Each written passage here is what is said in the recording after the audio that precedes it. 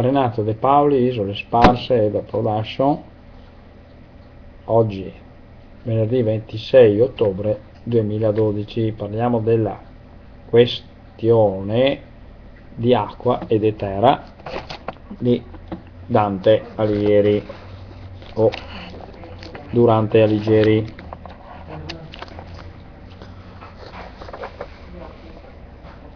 Eccola qua, stampata.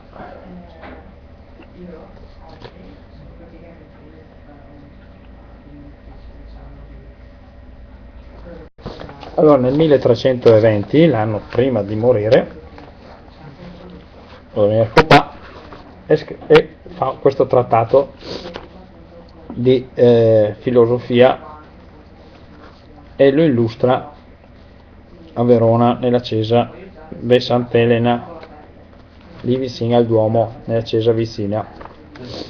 La questione di acqua e di terra, adesso ve la leggo.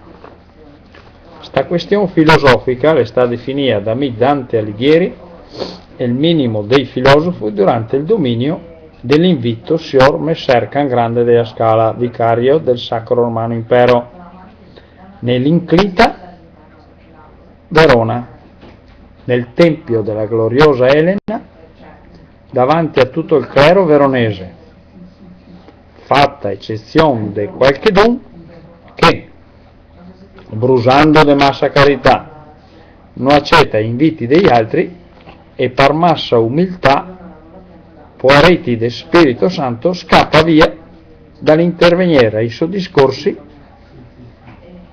per non parer e riconoscere l'eccellenza degli altri. Così tale sta nell'anno 1320, da quando è nato nostro Signor Gesù Cristo, nel giorno di domenica che il Salvador nostro e col glorioso Nassar e la straordinaria resurrezione n'ha dato come giorno da venerare, quel giorno l'ora cascava il 20 di Genar 1320.